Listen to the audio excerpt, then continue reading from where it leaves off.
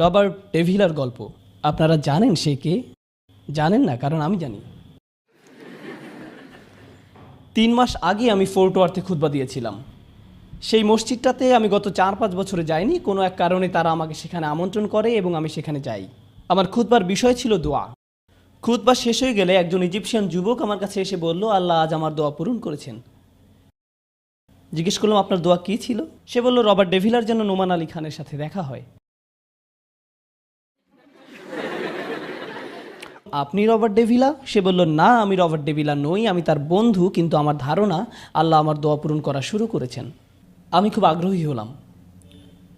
Robert Davila যেখানে থাকে সেখান থেকে ফোর্ট ওয়ার্থের দূরত্ব 40 মিনিটের পথ। সে একসময় কৃষিকাজ করত। তার কোনো একটা জেনেটিক সমস্যা ছিল, যে কারণে জীবনের একটা সময় এসে তার শরীরের গলার নিচ থেকে পা পর্যন্ত প্যারালাইজড হয়ে গিয়েছিল এবং সে এখন একটা নার্সিং হোমেই থাকে।